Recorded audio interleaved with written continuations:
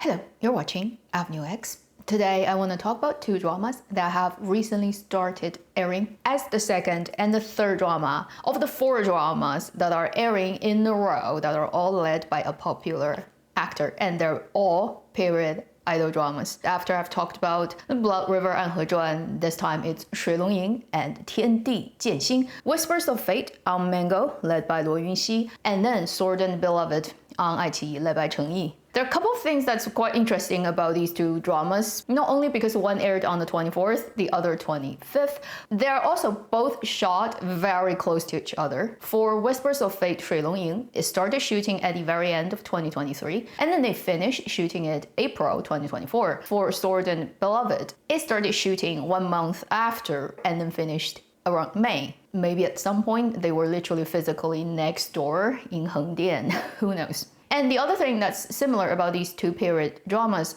is they're both fantasy idol period drama. One is slightly more fantastical than the other. For Sword and Beloved, it is in the world of Huyao, so there are animal demons, foxes, butterflies, spider as the lead character of this drama, whereas 水龙吟 is still human story. The other thing that's in common between these two dramas is that they both include repeating supporting roles of actors that you've recently just seen a lot. There's this guy who's named Chang Hua-sen. I've mentioned his name way too many times recently just because he's in everything that you see. He's in 暗河传 on Youku, but he is also in Sword and Beloved. He's also in 水龙吟 Whispers of Fate. He literally changed his profile picture into a cartoon drawing of 3 of his characters in 3 of the dramas that are airing at the same time. Just trying to 端水, balance it off, not to offend any particular drama's fandom. It also includes other actors who actually crosses multiple dramas, such as I've just made a video about the short drama lead actor Deng Xiaoci,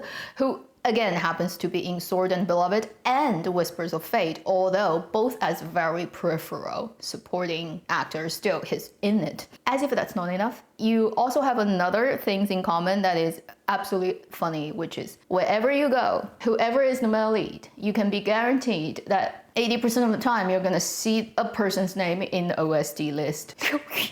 So he's singing songs for 2 dramas. Yeah, not surprising. If Dramaland keeps collapsing and the more people don't get work, even if Liu Yuning doesn't get any male lead actor role in the future, at least he's gonna be the person who still can sing songs and earn money from the Dramaland indefinitely. Yeah, it's different platforms, different stories, different actors, but somehow everything is so similar and so comparable. It's like, do you actually have a choice as an audience? You have Pepsi and you have Coke, but it's still just that drink.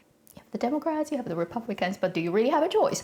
Situation. And kind of like applicable to Chinese dramaland, period fantasy idol dramaland right now. It's like everything is the same. And then this weekend, we're gonna get the 4th one, right? Fight for Love, which I would say would be slightly different than the current airing 3 because it kind of is like more realistic, but that's a quotation mark, and whether it works out, we have to wait till then and see. But these are the things I want to first put out there to make you feel the world is so boring and copied and everything looks like AI generated. Moving on to the next thing, actually talking about these two dramas separately. Both dramas I've watched right at episode 11. So, 水龙吟, led by Luo Yunxi, Fang Yilun, and many other people. Lin Yun, Bao Shang'en, Xiao Shenyao, Yang Shizhe, and the more you watch the drama, the more familiar faces pop up. There seems to be only 300 actors in Chinese dramaland, and they just rotate. So this is one of those dramas that has this definite male lead character played by Luo Yunxi, and then everyone is just there. And it's based on an existing web novel.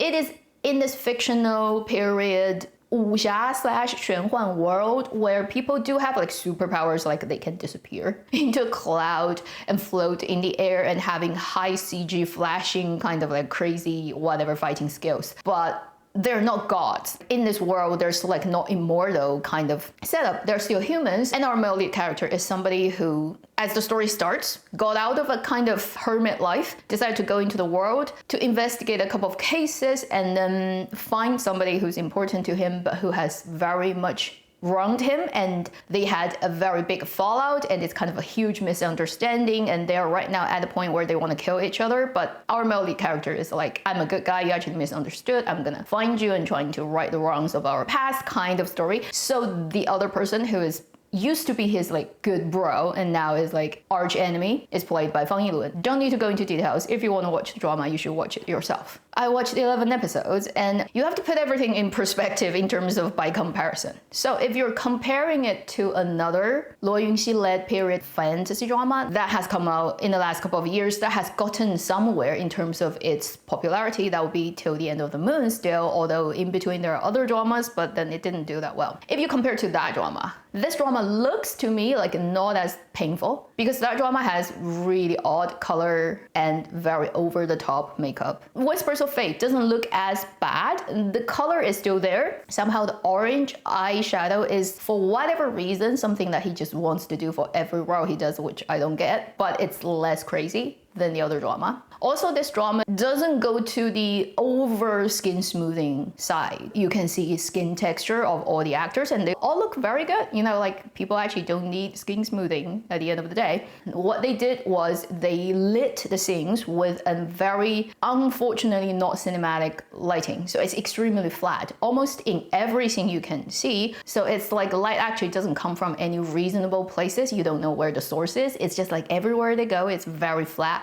and bright. So by doing that, everyone's skin looks good and then they can still maintain some pores on the people. In this drama, at least in the department of not over skin smoothing people and not putting too much eyeshadow on people, it kind of worked better than Till the End of the Moon. The other thing I think compared to Till the End of the Moon that is not as bad in Whispers of Fate is characters are not as unforgivably morally questionable as that drama. Because that drama's male lead, female lead are just like bad people. Not the type of people you want to get along with in life because they're definitely gonna make your life shit and then they're gonna pretend they're innocent. Whereas in this drama, it doesn't have that much of a problem, although I wouldn't say there's any great characters I've seen. At least it's not as offensive and ridiculous. I mean, you can say Fang Yilun's character is made out to be the psychotic person in this story, but it's very caricatured in a way you almost don't take it seriously. Therefore, it kind of does not matter that much. If I have to force another good point, which is up to this point 11 episodes, I really haven't seen any extremely like giving me headache stupid female characters. They're either just like very quiet or they're kind of not that relevant. Adding a little bit more, which is surprisingly enough for the actor Deng Xiaozi, who showed up in this drama as a supporting super extra character who literally just had one scene. Like he showed up, he had one big scene and he dies into pieces. So far, he's the most memorable character for me. Not just because I recently just watched a short drama he led, but also because his character is kind of like most present and his emotional energy is really engaged in that scene. So even though the whole story, I don't care about it much, during that one sequence, his character and his story worked.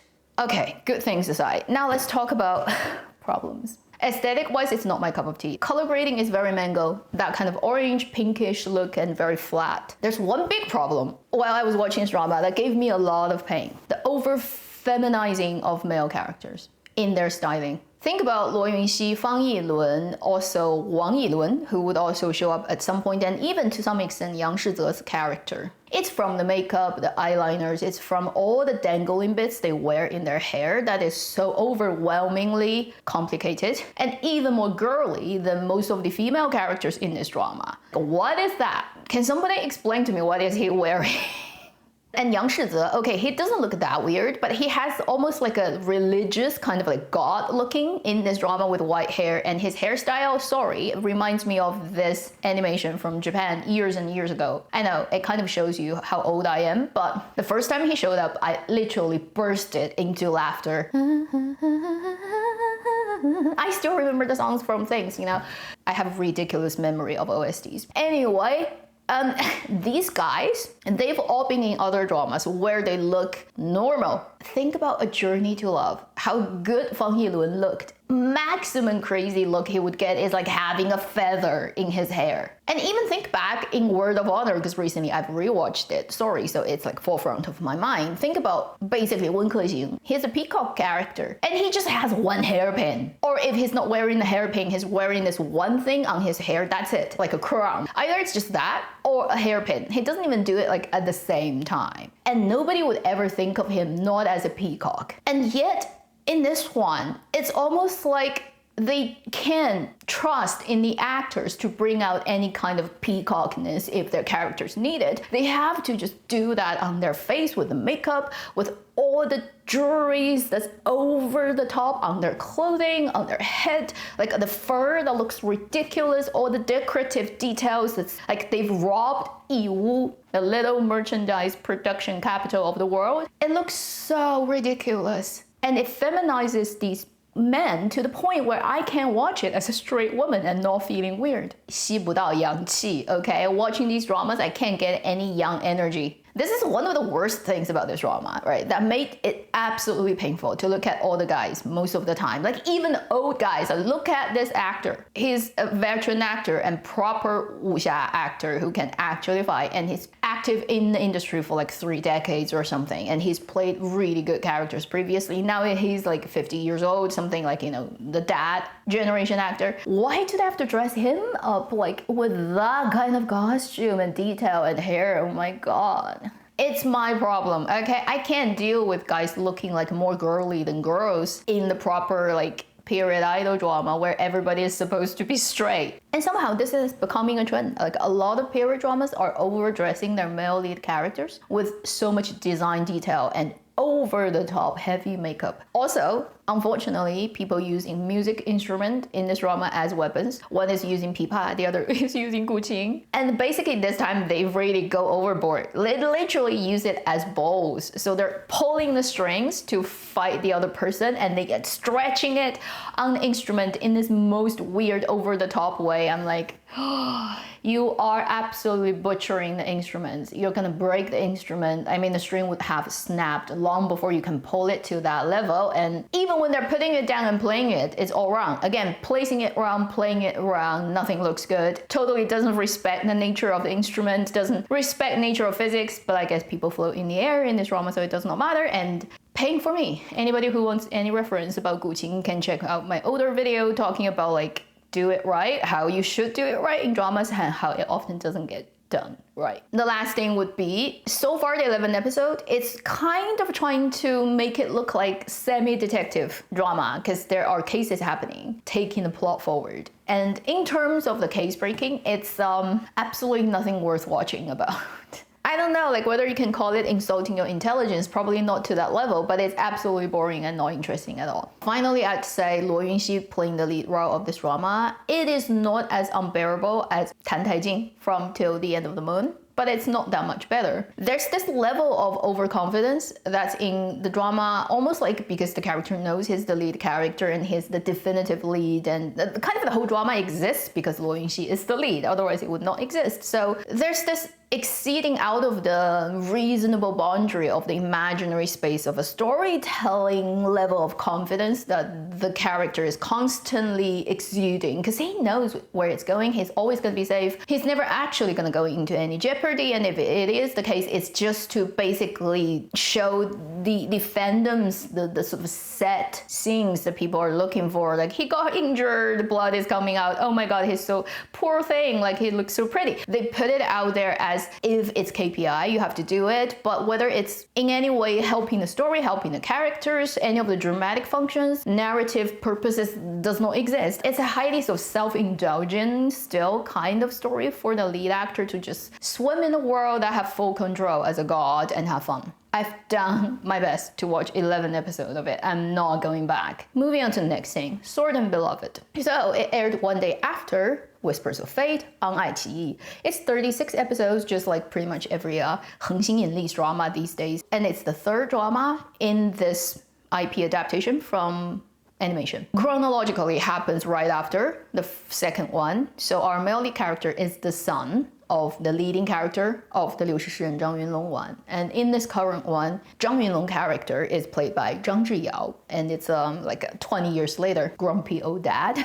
That's just like the time setting. If you're comparing it to the Wang Quanpian of the animation, don't. Think about it as a new story because a lot of things are changed and will get changed. It is still the main character who is the son of those two previous characters, and he is trained as a super soldier for the purpose of human fighting fighting Yao. And obviously, this classic setup would be inevitably gonna fall in love with a Yao, in this case played by Li Yitong, a spider. I've also watched 11 episodes. Generally speaking, if you want to compare this one to the first one and the second one, as a period fantasy drama, I'd say overall production quality seems to be slightly better in this one compared to the other two. Maybe it comes down to getting more experience, because they've filmed the first two and they've had problems here and there. They fix them and kind of get more experience. So by the time they do the third one, it feels like more polished or less problematic. It's still within the same kind of look and style, but slightly also more worked out. Weirdly enough, for me to watch this drama, the most enjoyable parts are very unrelated and scattered everywhere. One thing I enjoyed is early stage, pretty much the first two episodes, our female lead is completely CG'd. So she's a spider with half body as a human and half body as a spider and tiny. Slightly uncanny valley, but because it's actually facial capture of the actress Li Yitong, so you definitely see Li Yitong's expression. And it's a pink spider that's like really fluffy. To some extent, it's actually more cute than the real live action human, just because CG can, like go overboard with the cuteness. I have to say, I actually enjoyed the CG spider quite a lot, and I feel a little bit sad when she eventually turned into human. Not that I have a problem with Li Yitong, but CG just looks fun. I know this drama is led by Cheng Yi, and every time when he shows up in the same scene with his dad, played by Zhang Zhiyao, who is the character Zhang Yunlong played in the second drama, inevitably all my attention gets grabbed by Zhang Zhiyao. Or if Zhang Zhiyao is in the scene with other people, not Cheng Yi, but other people,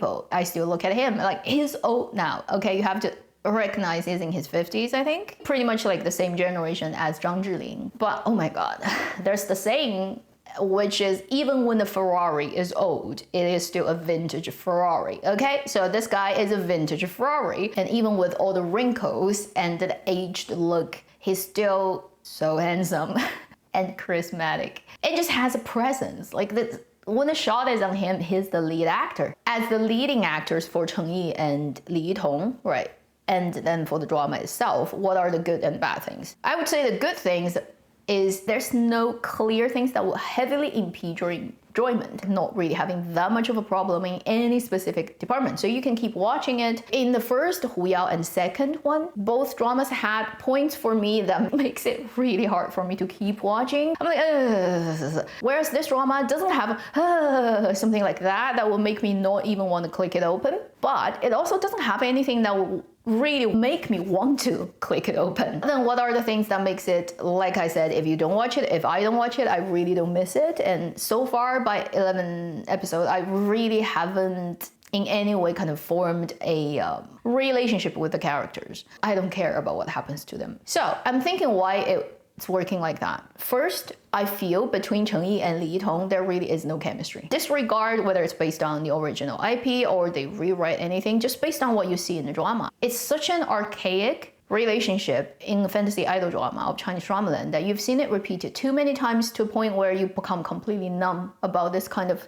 character setup. Classic, much stronger male who is cold for whatever reason, emotionally like iceberg person, but who's super powerful. Yet he's always in jeopardy and actually in danger and getting injured and like suffering, and typical male lead setup in fantasy idol drama. And then female lead is the bubbly, lovely, representing freedom, love, the best things in the most basic, essential ways character who is at the same time powerless, whether it's the social status or the magic power, who is in many ways serving as the maid or the student or the pet, like however you want to put it, the much lesser position person in the relationship to the male lead, but it's like she's my only light in my dark but powerful life. Immediately, it's like every period idol drama is like that has left some footprint in history. Spider is tiny spider, doesn't even have a name. Like in many ways, she's completely made by the male lead, not only because her name is given by him, he used his power to transform her from a spider to a human. It's not like pet or servant, it's literally like in a way half your daddy. So the female lead is completely in the position of being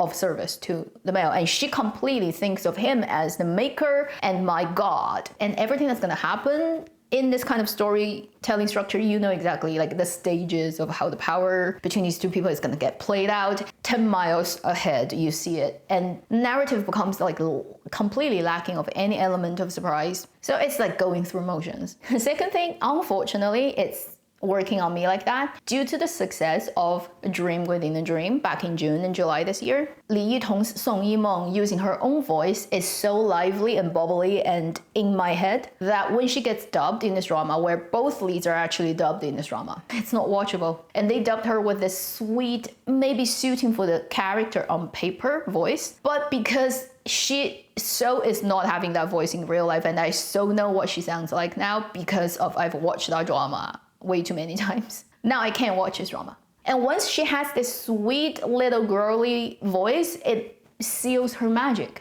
I can't watch her performance. I feel every second is fake. That just adds a straw on the camel's back. Because first, I don't read the chemistry between the two leads. Second, Cheng Yi's performance is just like not offensive, but not adding anything. And he is Cheng Yi, right? He's also like these days basically repeating himself over and over and over and over in every period drama he's in, that you only need to watch one to watch everything. Really, there's no difference. The name changes, but things stay the same. Adding on to Li Yitong's magic being completely destroyed by voice dubbing, how am I gonna watch 36 episodes and somehow enjoying it? After this one, I think we can just put the company Heng Xing Yin Li to rest for a while. Apart from Variant Devil, in their entire history of existence, really nothing this company has produced has worked. Accidentally hit the jackpot once, and that's never gonna happen again. And then for the IP, Huyao, if you like it, just watch the anime.